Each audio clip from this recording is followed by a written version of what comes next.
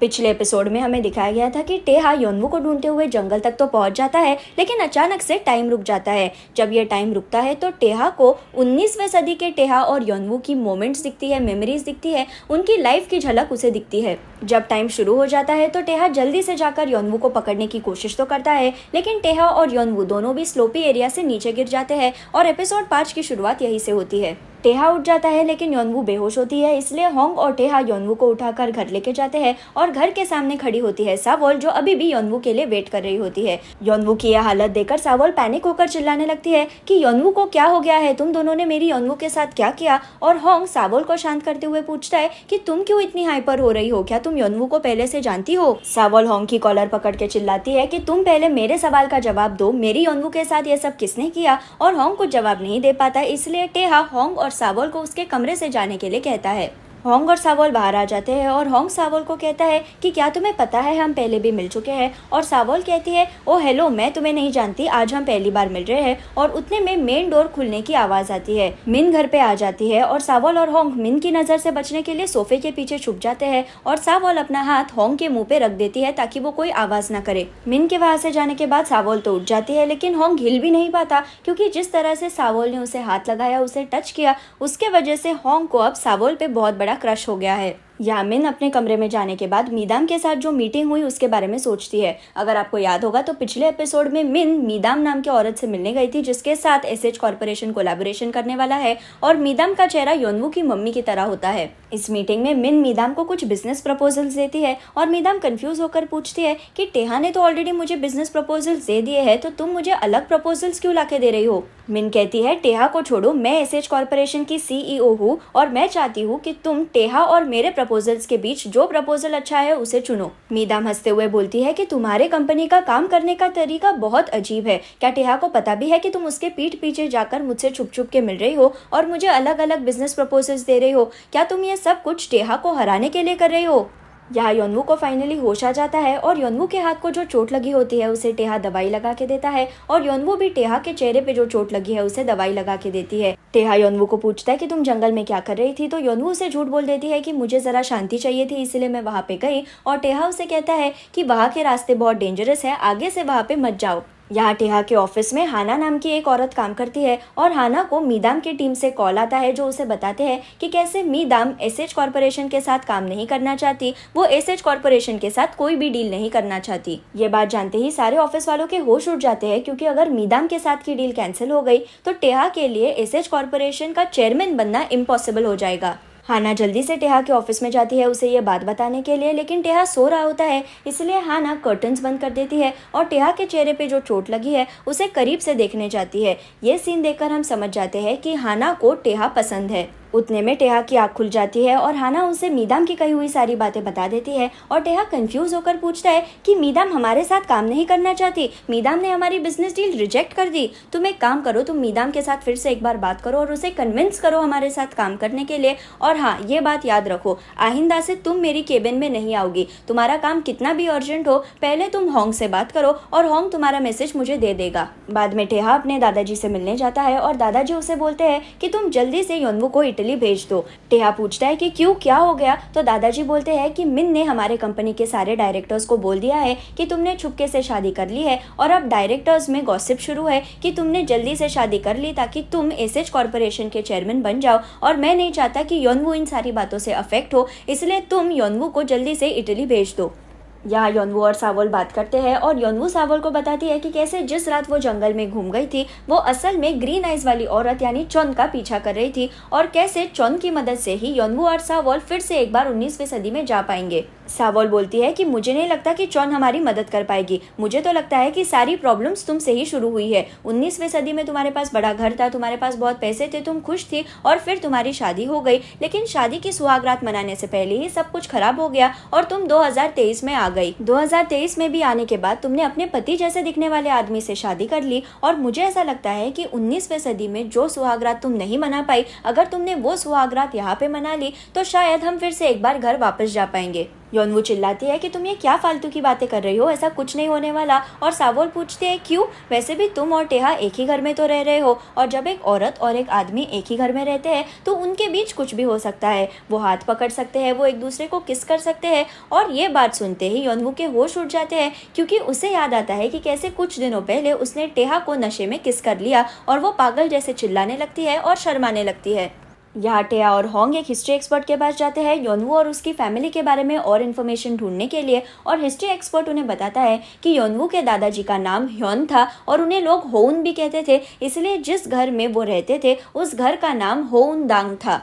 टेहा history expert को पूछता है कि ये होउन दांग एग्जैक्टली है कहाँ पे, अगर आज के टाइम में मुझे होउन दांग ढूंढना होगा तो वो मुझे कहाँ पे मिलेगा। तो हिस्ट्री एक्सपर्ट उसे बताता है कि हमारे शहर का जो सबसे बड़ा होटल है वहीं पे 19वीं सदी में होउन दांग हुआ करता था। और ये बात सुनकर टेहा के होश उड़ जाते हैं, क्योंकि इसी होटल में वो पहली बार योनवू से मिला था। टेहा और होंग फिर होटल जाते हैं और उस दिन का सीसीटीवी कैमरा फुटेज चेक करते हैं जिस दिन वो योनवू से मिले। और उन्हें दिखता है कि दिन भर पूल के आजू बाजू में कोई भी नहीं था, और अचानक से ही योनवू पानी के अंदर से बाहर आई। और ये फुटेज देखकर टेहा और होंग भी बहुत कंफ्यूज होते हैं। होंग बोलता है कि होटल स्टाफ के मुताबिक पूल के साइड में जो मेटल का झाड़ लगा है उसे आज तक कभी भी फूल नहीं आए हैं, लेकिन जिस दिन योनवू पूल से बाहर आई उसी दिन अचानक से इस झाड़ को बहुत सारे फ्लावर्स आए। होंग फिर बोलता है कि सावोल भी शायद 19वीं सदी से यहाँ पे आई है, लेकिन ये कैसे पॉसिबल हो सकता है, यही मुझे समझ में नहीं आ रहा। यहाँ हैरयोंग योनवू की एग्जाम लेने वाली होती है ये देखने के लिए कि योनवू किस तरह की बहू है, और योनवू ट्रेडिशनल कोरियन दुल्हन के कपड़े पहनकर बाहर आ जाती है। योनवू का ये लुक देखकर टेमिन शर्माने लगता है, और हैरयोंग फिर योनवू को अलग अलग काम देती है, जैसे कि खाना पकाना, बर्तन मांजना, कपड़े धोना। और योनवू जब कपड़े सुखा रही होती है तो टेहा चुपके से योनवू पे नजर रखता है, और योनवू का इस बात पे ध्यान नहीं होता। योनवू खुद से बात कर रही होती है कि कैसे वो अकेला फील करती है, जैसे कि वो कोई आइलैंड हो, और उसे लगता है कि टेहा भी ये अकेलापन जरूर महसूस करता होगा। और उतने में योनवू को रियलाइज होता है कि टेहा छुप के उसकी बातें सुन रहा है। योनवू टेहा को पूछती है कि तुम यहाँ क्या कर रहे हो, तो टेहा उसे कहता है कि मुझे पता चल गया है कि तुम सच में 19वीं सदी से यहाँ आई हो। और ये बात सुनते ही योनवू इतनी खुश हो जाती है कि वो भागते हुए टेहा के पास जाती है और उसे गले लगा लेती है। योनवू रोते हुए टेहा को कहती है, थैंक यू, तुमने मुझ पे विश्वास रखा, उसके लिए सच में थैंक यू। टेहा बोलता है कि मैं तुम्हारी बातों पे विश्वास तो रख रहा हूँ, लेकिन मेरे पास 100% प्रूफ नहीं है कि तुम सच में 19वीं सदी से यहाँ आई हो। और योनवू टेहा को बोलती है कि मैं तुम्हें और कितनी बातें बताऊं, मैं सच में 19वीं सदी से यहाँ आई हूँ, मैं झूठ नहीं बोल रही। और योनवू टेहा की ओर आगे बढ़ती है, और टेहा योनवू से दूर जाने के लिए पीछे हटता है। और इस बीच टेहा का पैर एक चादर में फंस जाता है और वो नीचे गिरता है, और योनवू उसके ऊपर गिर जाती है, और ये चादर इन दोनों को कवर कर लेती है। योनवू और टेहा एक दूसरे की आंखों में देख रहे होते हैं जब गार्डन के स्प्रिंकलर्स ऑन हो जाते हैं, उनमें से पानी आने लगता है। और योनवू ने यह कभी देखा नहीं होता, इसलिए वो चिल्लाती है कि देखो जमीन से बरसात हो रही है। और योनवू जोर जोर से हंसने लगती है और इस पानी में खेलने लगती है। योनवू को इतना खुश देखकर टेहा भी हंसने लगता है, और ये पूरा सीन दूर से सावोल और होंग देख रहे होते हैं। असल में गार्डन के स्प्रिंकलर्स को सावोल ने ही शुरू किया होता है, और होंग रोते हुए कहता है कि मुझे तो विश्वास ही नहीं हो रहा, आज जिंदगी में पहली बार मैंने टेहा को स्माइल करते हुए देखा, उसे हंसते हुए देखा, उसे खुश देखा। हेयोंग जिससे टेहा पहले शादी करने वाला था और जिसे मिन ने दादाजी की बर्थडे पार्टी में बुलाया था, वो दादाजी से मिलने आती है, और दादाजी ने उसे क्यों बुलाया है, यहाँ पे क्या शुरू है, ये हमें कुछ नहीं बताया जाता। यहाँ टेमिन जिसने कहा था कि वो एसएच कॉर्पोरेशन में जाकर काम करेगा, उसने फाइनली ऑफिस ज्वाइन कर लिया है और उसे हाना का ही डिपार्टमेंट मिला है। अचानक से सारे स्टाफ मेंबर्स को मैसेज आता है कि टेहा ने चुपके से शादी कर ली है, और कैसे टेहा की बीवी का कैरेक्टर अच्छा नहीं है। इस मैसेज में लिखा होता है कि टेहा की बीवी एक बार में काम करती है, और टेहा ने सिर्फ इस औरत से शादी की क्योंकि वो उसके बच्चे के साथ प्रेग्नेंट है। यह मैसेज पढ़ के सारे स्टाफ मेंबर्स के होश उड़ जाते हैं, लेकिन सबसे ज्यादा बुरा तो हाना को लगता है, जिसे अब फाइनली पता चल गया है कि उसकी क्रश की शादी हो चुकी है। यहाँ टेहा और होंग जब ऑफिस की बिल्डिंग में आते हैं तो उन्हें रियलाइज होता है कि सारे लोग टेहा की तरफ बहुत अजीब नजरों से देख रहे हैं, और उसी वक्त होंग को ये शादी वाला मैसेज आ जाता है, और वो ये मैसेज टेहा को दिखाता है। टेहा ये पढ़कर डिस्टर्ब तो होता है, लेकिन वो ज्यादा रिएक्ट नहीं करता, और वो जब एलिवेटर में जाता है तो उसके सामने खड़ी होती है मिन। टेहा एलिवेटर में जाता है और मिन को कहता है कि तुम जिस तरह से मेरी जिंदगी के बारे में गंदी बातें फैला रही हो, उसे देखकर मुझे लग रहा है कि तुम मुझसे बहुत ज्यादा डरती हो। मिन हंसते हुए कहती है कि मैं तुमसे डरती हूँ, ये तुम्हारी गलतफहमी है, मैं तुमसे नहीं डरती, मैं सिर्फ मेरी कंपनी मेरे पास रखना चाहती हूँ। मैंने एसएच कॉर्पोरेशन को छोटे से बड़ा बनाया है, और मैं किसी को फ्री में ये कंपनी नहीं देना चाहती। टेहा कहता है कि तुम्हारी इस घटिया सोच के वजह से ही तुम मुझे कभी हरा नहीं पाओगी, और मिन बोलती है कि ठीक है, मैं भी देखती हूँ कि तुम क्या कर लेते हो। टेहा फिर अपने ऑफिस में जाता है जब टेमिन उससे मिलने आता है। टेमिन हंसते हुए कहता है, वाह, मुझे तो विश्वास ही नहीं हो रहा है कि मुझसे पहले तुम्हारी प्राइवेट लाइफ के बारे में मुझे अखबार में पढ़ने को मिल रहा है। सारे टीवी चैनल्स पे तुम्हारे ही बारे में गॉसिप शुरू है, तो तुम क्या करने वाले हो अब? टेहा कहता है कि मुझे जो करना है वो मैं करूंगा, तुम मेरी जिंदगी में इंटरफियर मत करो। तो टेमिन कहता है कि मैं तुम्हारी जिंदगी में इंटरफियर करूंगा क्योंकि मुझे योनवू पसंद है। तुम्हारी इस झूठी शादी के वजह से, इस झूठी गॉसिप के वजह से योनवू को परेशानी हो सकती है। रिपोर्टर्स उसे तंग करेंगे और तुम्हें ही कुछ करना होगा उसे प्रोटेक्ट करने के लिए। यहाँ योनवू स्नैक्स खरीदने के लिए दुकान पे जाती है जब एक आदमी उससे रास्ते के डायरेक्शंस पूछता है और उतने में वहाँ पे टेहा आ जाता है। टेहा को लगता है कि यह आदमी रिपोर्टर है, इसलिए वो उसे भगा देता है और वो योनवू को कहता है कि आज के बाद किसी भी अनजान इंसान से बात मत करो, ये बहुत डेंजरस है, और वो योनवू को कार में बिठा देता है। लेकिन उसे ये पता नहीं होता कि इस पूरे सीन के चुपके से ऑलरेडी रिपोर्टर्स ने फोटोज क्लिक कर दिए हैं। जहाँ योनवू घर जाने के बाद टेहा का जो व्हाइट शर्ट खराब हुआ था उस पर बहुत सुंदर एम्ब्रॉयडरी करती है और ये शर्ट अगले दिन वो टेहा को देती है। टेहा फिर ये शर्ट पहन के ऑफिस में जाता है और ऑफिस में लगी होती है रिपोर्टर्स की झुंड। रिपोर्टर्स टेहा को पूछते हैं कि आज न्यूज़पेपर में जो आपके और आपकी बीवी की फोटो आई, क्या वो रियल है? आपकी बीवी क्या सच में बार में काम करती है? क्या आप और आपकी बीवी साथ में इंटरव्यू देंगे? और ये सारा प्लान मिन के लोगों ने ही बनाया होता है, उन्होंने ही इन रिपोर्टर्स को बुलाया होता है ताकि वो टेहा को प्रेशराइज कर सके। लेकिन टेहा इन सारे रिपोर्टर्स को इग्नोर करके अपने ऑफिस में चला जाता है। बाद में टेहा से मिलने उसका डॉक्टर आता है जिसे हमने पिछले एपिसोड्स में देखा था और डॉक्टर टेहा को कहता है कि मैंने तुम्हारे रिपोर्ट्स यूएस के डॉक्टर को सेंड किए और उसके मुताबिक तुम्हारे हार्ट की कंडीशन बहुत ज़्यादा खराब है और तुम्हें अभी के अभी ट्रीटमेंट लेना ज़रूरी है। अगर तुमने ट्रीटमेंट लेने से मना कर दिया तो मैं तुम्हारे दादाजी को सच बता दूंगा। टेहा कहता है कि मुझे अभी ट्रीटमेंट नहीं लेनी और मुझे मेरे हार्ट की कंडीशन के बारे में किसी को नहीं बताना क्योंकि मेरे मम्मी को भी सेम बीमारी थी और तुम्हें तो पता ही है कि मिन ने मेरी मम्मी के साथ क्या किया। डॉक्टर टेहा की जिद मान लेता है और उसे गोलियां देते हुए कहता है कि इन गोलियों को अपने पास रखो किसी इमरजेंसी सिचुएशन के लिए और तुम्हारे एक कंपनी का मैटर खत्म होने के बाद तुम्हें ट्रीटमेंट करवानी ही होगी। यहाँ सावोल और योनवू घर पे होते हैं जब सावोल की नज़र एक फाइल पे जाती है और योनवू को रियलाइज होता है कि ये फाइल टेहा के ऑफिस के काम की है जो वो घर पे भूल गया। इसलिए योनवू और सावोल डिसाइड करते हैं कि वो ये फाइल टेहा के ऑफिस लेकर जाएंगे और उसे दे देंगे। योनवू और सावोल जैसे ही एसएच कॉर्पोरेशन की बिल्डिंग में आते हैं किसी को खबर लग जाती है कि टेहा की बीवी कंपनी में आई है, इसलिए सारे रिपोर्टर्स सावोल और योनवू को घेर लेते हैं। टेमिन वहां से चल के जा रहा होता है जब उसे दिखता है कि योनवू को रिपोर्टर्स ने घेर लिया है तो टेमिन जल्दी से एक कैप पहन लेता है और इस भीड़ में से योनवू को बाहर खींच के लाता है। टेमिन योनवू को भी एक कैप पहना देता है और वो दोनों भागते भागते एक कोने में आ जाते हैं जहाँ पे कोई नहीं होता। टेमिन योनवू पे चिल्लाता है कि तुम यहाँ क्या कर रही हो, क्या टेहा ने तुम्हें कुछ नहीं बताया? योनवू बहुत कंफ्यूज होती है तो टेमिन उसे बताता है कि तुम्हारी और तुम्हारे शादी के बारे में लोग बहुत गॉसिप कर रहे हैं, इसलिए रिपोर्टर्स तुम्हारा पीछा कर रहे हैं, तुम्हें अभी के अभी घर जाना होगा, रुको मैं तुम्हें घर छोड़ के देता हूँ। तो योनवू कहती है कि नहीं, मैं खुद घर जा सकती हूँ। टेमिन फिर योनवू को पीछे का रास्ता दिखाता है जहाँ से वो सेफली जा सके और योनवू इस रास्ते से जा ही रही होती है जब उसे दिखती है मीदाम। मीदाम को देखकर योनवू बहुत इमोशनल हो जाती है क्योंकि मीदाम उसकी मम्मी की तरह दिखती है और योनवू घर जाने के बजाय मीदाम का पीछा करना शुरू कर देती है।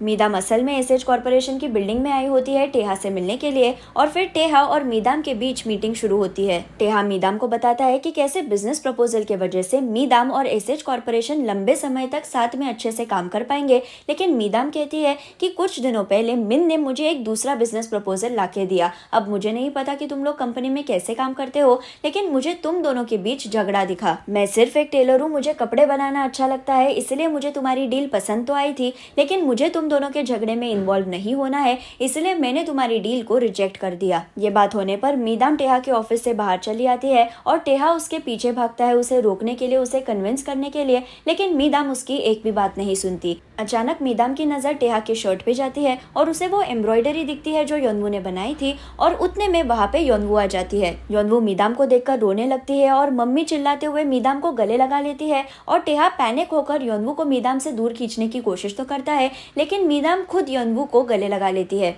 यहाँ दादाजी, मिन और कंपनी के डायरेक्टर्स की मीटिंग शुरू होती है और सारे डायरेक्टर्स चिल्ला रहे होते हैं कि इस टेहा और उसकी शादी की वजह से हमारे कंपनी का रेपुटेशन खराब हो गया है, दिन रात हमें रिपोर्टर्स तंग कर रहे हैं, इस टेहा को जल्दी से इंटरव्यू दे देना चाहिए और ये सब कुछ क्लैरिफाई करना चाहिए। उतने में वहाँ पे टेहा आ जाता है और वो सबसे कहता है कि मेरे प्राइवेट लाइफ के बारे में जो कुछ भी बातें हो रही है वो सारी झूठी है, मेरे वजह से जिन भी लोगों को यहाँ पे तकलीफ हुई है उन सब से मैं माफी मांगना चाहता हूँ। दादाजी कहते हैं, हाँ, अगर टेहा के वजह से किसी किसी को तकलीफ हुई या कंपनी को नुकसान हुआ तो मैं खुद टेहा को कंपनी से निकाल दूंगा। अब टेहा तुम यहाँ से जाओ और हमारे और मीदाम की डील पे फोकस करो। मिन हंसते हुए पूछती है कि कौन सी डील? मीदाम ने तो हमारी पूरी बिजनेस डील को रिजेक्ट कर दिया। और ये बात सुनते ही दादाजी को बहुत बड़ा शौक लगता है, क्योंकि अगर ये डील पूरी नहीं हुई तो टेहा कभी भी एसएच कॉर्पोरेशन का चेयरमैन नहीं बन सकता। दादाजी बहुत शर्मिंदा महसूस कर रहे होते हैं, इसीलिए वो मीटिंग हॉल से बाहर जा ही रहे होते हैं जब अचानक से कमरे में आ जाती है मीदाम। टेहा सबको बताता है कि मीदाम के साथ की डील पक्की हो चुकी है और मीदाम सबसे मिलना चाहती थी, इसलिए वो अब यहाँ आई है। दादाजी हैरान होकर पूछते हैं कि मैंने तो सुना था कि मीदाम और एसएच कॉर्पोरेशन के बीच की डील टूट गई।